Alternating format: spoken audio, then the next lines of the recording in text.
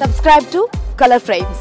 ఐపీఎల్లో తమ రాత మార్చుకోవడానికి పంజాబ్ కింగ్స్ గట్టిగానే ప్రయత్నిస్తోంది. ఈ నేపథ్యంలో వచ్చే సీజన్ కోసం మరోసారి హెడ్ కోచ్ను మార్చింది. గతేడేళ్లుగా ఢిల్లీ క్యాపిటల్స్ కు కోచ్గా సేవలందించిన ఆస్ట్రేలియన్ మాజీ ఆటగాడు రికీ పాంటింగ్ ఇప్పుడు పంజాబ్ శిబిరంలో చేరాడు. రికీ పాంటింగ్ ను పంజాబ్ కింగ్స్ తమ జట్టు కోచ్గా నియమించింది. ఈ మేరకు పంజాబ్ అఫీషియల్ అనౌన్స్మెంట్ చేసింది. పాంటింగ్ పంజాబ్ కింగ్స్ తో 1 సంవత్సరానికి పైగా ఒప్పందం కుదుర్చుకున్నాడు.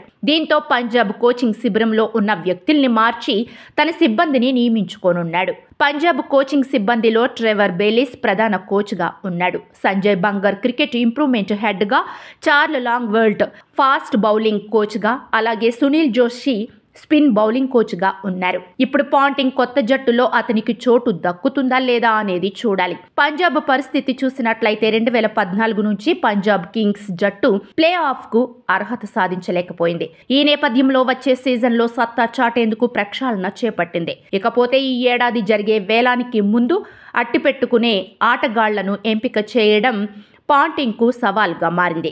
శిఖర్ ధావన్ రిటైర్మెంట్ తర్వాత కెప్టెన్ ఎంపిక కూడా పాంటింగ్ కు మరో తలనొప్పిగా మారనుంది. హర్షల్ పటేల్, శశాంక్ సింగ్ మరియు అశుతోష్ శర్మ గత సంవత్సరం తమ ప్రదర్శనలతో ఆకట్టుకున్నారు.